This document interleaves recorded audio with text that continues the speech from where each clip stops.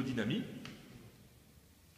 Donc ça, c'est aussi important de savoir que c'est un travail pour nous depuis maintenant déjà de longues années. J'ai décidé moi-même, quand j'ai repris dans les années début 80, j'ai repris l'affaire avec mon père.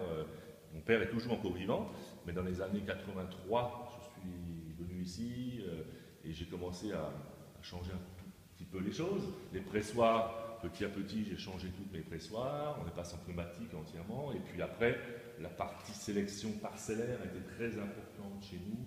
Sélectionner beaucoup de parcelles de vignes pour avoir des lieux-dits, des grands crus bien séparés.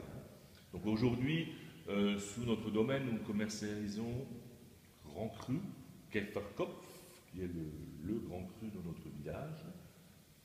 Et on va goûter tout ça tout à l'heure. Et nous avons aussi le grand cru qui s'appelle le Vinek Schlossberg, qui est un autre grand cru très coté aussi sur notre secteur ici. L'idée de la maison, alors c'est vrai que de tout temps, les vieilles maisons comme les nôtres, on fait partie de très vieilles maisons, on a toujours eu un domaine et nous achetons des raisins. On n'achète pas du vin, on achète des raisins, c'est très important. Voilà.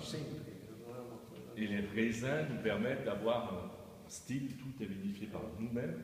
Moi, pendant les vendanges, je m'occupe des pressoirs. Et on tout est vinifié aqui, com essas máquinas novas. Voilà.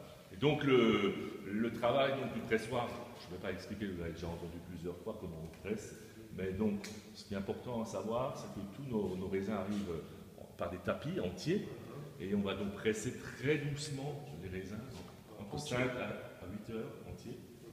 Et les jus vont s'écouler par gravité et descendre dans la cave, directement en bas par les tuyaux de vent. Voilà. Pour les dire. Absolument. Okay. Donc ici, vous êtes dans la cave de la famille qu'on a toujours utilisée depuis des générations. Ce n'est pas une cave musée. Ce n'est pas fait pour les touristes uniquement, c'est pour travailler. Alors même si c'est joli, mais c'est un outil de travail. D'ailleurs, c'est rempli. Beaucoup de nos fûts sont encore remplis. On a commencé les mises en bouteille il y a à peu près 3 semaines, mais on a encore beaucoup à mettre en bouteille. Alors, chaque fût, par exemple, celui-là, 47, c'est le numéro. 6400 litres la contenance.